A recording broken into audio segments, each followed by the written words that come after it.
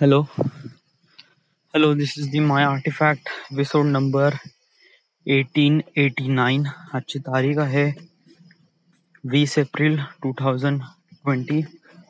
वाजले आता 11 वाजून 59. येस. लास्ट टाइम मी आर्टिफॅक्ट एपिसोड केला होता, तो केला होता 18 तारीख. आजची 20 तारीख. काल मी आर्टिफॅक्ट एपिसोड रेकॉर्ड नाही केला. वाय? कारण काल संध्याकाळी काय झालं, काल सकाळी काय आवडलं, सकाळी उठलो, नथिंग एल्स, कुछ भी नहीं हुआ. मी हे जॉमेट्री डिस्कवरी डिस्कवरी प्लसचं सबस्क्रिप्शन विकत घेतलंय. यस, 300 रुपयाचं पर इयर. 300 रुपये प्रति इयर. यस. सो मला काफी स्वस्तामध्ये पडलं. That is really good. Yes. आणि त्याच्यामध्ये बहुत सारे असे कंटेंट आहे जे प्रीमियम कंटेंट आहे. असं नाही का हे जे कंटेंट आहे मला युट्यूबवर भेटू शकत नाही किंवा टॉरंटवर भेटू शकत नाही. ऑफकोर्स डेफिनेटली भेटेल. येस. बट हे कसं पूर्ण स्कॅटर्ड मध्ये भेटेल मला. म्हणजे समजा जर मला शोधायला जावं तेव्हा मला ते भेटेल. पण समजा जर या साऱ्या गोष्टी मला एकाच ठिकाणी भेटल्या तर म्हणजे मानून घे की तुला गुपचूप खायचं आहे, तुला केक खायचा आहे आणि तुला रसगुल्ला खायचा आहे. तिन्ही गोष्टी तुला आवडते. बट ह्या तिन्ही गोष्टी बफेमध्ये ठेवून तर आहे, बट तीनही वेगवेगळ्या ठिकाणी आहे आणि ते खूप दूर डिस्टन्सवर आहे. तर अशा वेळेस काय करतं, तुला एक खायचा आहे आणि दुसरीकडे जायपर्यंत नाही का तुला वेळ लागेल किंवा जिथे खूप जास्त लोक आहे वगैरे वगैरे, समथिंग लाईक दॅट. पण ते तुला भेटन. असं नाही भेटन. बट असं एक गोष्ट का तुला नाही का या तिन्ही गोष्टी तुला रेडीमेड तुझ्या हाती भेटन, बट नाही का एक थोडासा एक वसूल चार्ज करेल, समथिंग लाईक दॅट. तर कोणतं प्रेफर करशील तू? स्वतः जाऊन तिथे घेशील की ऍटलीस्ट जो व्यक्ती आपल्याला देऊन राहिला एक मिनिमम कॉस्ट देऊन त्याच्याकडून घेशील? तर या केसमध्ये मला असं वाटते की जस्ट लाईक मी त्या व्यक्तीला काही मिनिमम पैसा देईल आणि तो मला व्यक्ती हातात मला आणून देईल, जे की मला जायची काही गरज नाही. आता हे जे मी एक्झाम्पल दिलं हे एक्झाम्पल काफी रिअलिस्टिक हे होत नाही, म्हणजे मॅचअप होत नाही याच्यासोबत. कारण कसं आहे की समजा जर मी एवढे सारे एपिसोड्स वगैरे समज जर नाही का मी युट्यूब किंवा टॉरंट वरून डाउनलोड जरी करतो म्हणलं ना, तर मला फर्स्ट ऑफ ऑल या साऱ्या प्रोग्रामचे मला नाही का नाव माहित पाहिजे. त्याच्यानंतर मग याचे हिंदी कंटेंट वगैरे ऍक्च्युली भेटते का नाही, आणि त्याच्यानंतर ते युट्यूब आणि टॉरंटवर ते शोधावं पण लागेल. So it is too much thing. आणि हे एका ऍपमध्ये नाही का हे एवढं इझी करून टाकते का बहुतच इझी. जस्ट लाईक ओपन करा आणि जस्ट प्ले करा, नथिंग एल्स, कुछ भी नाही. आणि काफी सिक्वेन्स वाईज ठेवून आहे, म्हणजे कशानंतर काय आहे, आणि ते हिंदी कंटेंट मध्ये भेटून राहिलंय. So it was really well. Most of the जे डॉक्युमेंटरीज असतात ते इंग्लिशमध्ये असतात, युजली हिंदीमध्ये डब होत नाही, म्हणजे डब होऊन ते it was really great. So मला असं वाटतं की हे 300 रुपये वाया नाही गेले. आणि कसं आहे, इन्स्टेड ऑफ युझिंग नेटफ्लिक्स वगैरे हा जो कंटेंट वापरणं, इट वॉज रिअली इम्पॉर्टंट, बहुत जबरदस्त आहे आणि खूप साऱ्या गोष्टी इथून माहीत पडते.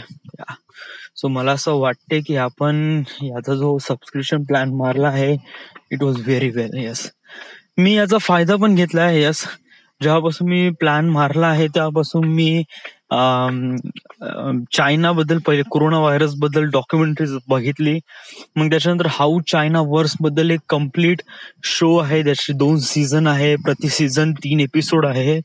आणि याच्यामध्ये मला चायनाची प्रोग्रेस माहीत पडली, हाऊ जबरदस्त प्रमाणे त्या चायनाने काम केलं आहे त्याच्या कंट्रीमध्ये, आणि it was really mind blowing. Yes, मी जेव्हा त्यांची डॉक्युमेंटरी बघितली I was like really blown away की साला त्या लोकांनी ज्याप्रमाणे स्वतःला ट्रेन केलं आणि ज्याप्रमाणे त्या लोकांनी फ्युचरसाठी स्वतःला ट्रेन केलं आणि येणाऱ्या अपॉर्च्युनिटीला ग्रॅब्स केलं आणि प्रत्येकांनी टेक्नॉलॉजीला ज्याप्रमाणे अडॅप्ट केला, it was much bigger than your expectations.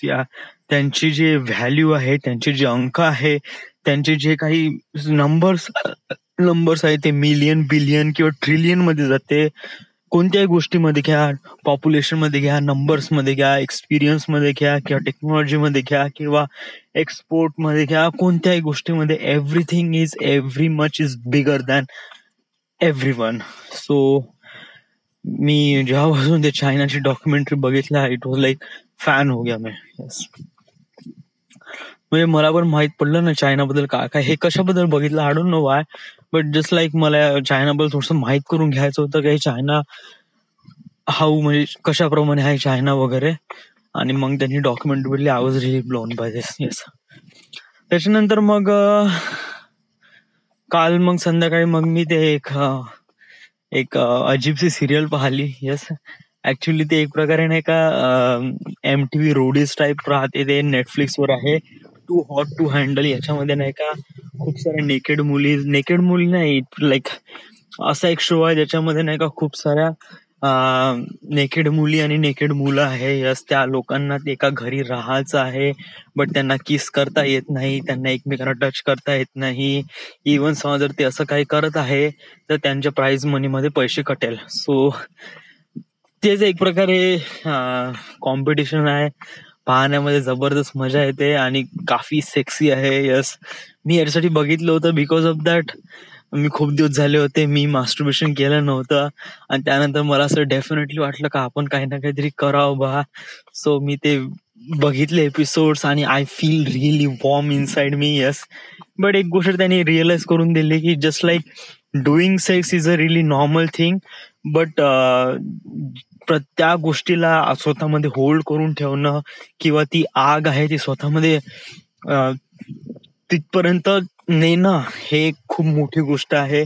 कारण सेक्स तर कोणी करू शकते, बट त्या सेक्सला तिथपर्यंत म्हणजे लॉंग पिरियड ऑफ टाइम पर्यंत कोण खिचू शकते हेच सर्वात जास्त इम्पॉर्टंट टाइम, हेच सर्वात इम्पॉर्टंट थिंग आहे हे असं मला वाटते. आणि हे त्या व्हिडिओज मध्ये टू हॉट टू हँडल या नेटफ्लिक्स मध्ये चांगल्याने सांगितलंय. हे मी तेच संध्याकाळपर्यंत पाहत होतो, रात्री 12-1 वाजेपर्यंत. त्यानंतर मग मला टाइम भेटला नाही. So artefact episode record, that's what in artefact episode.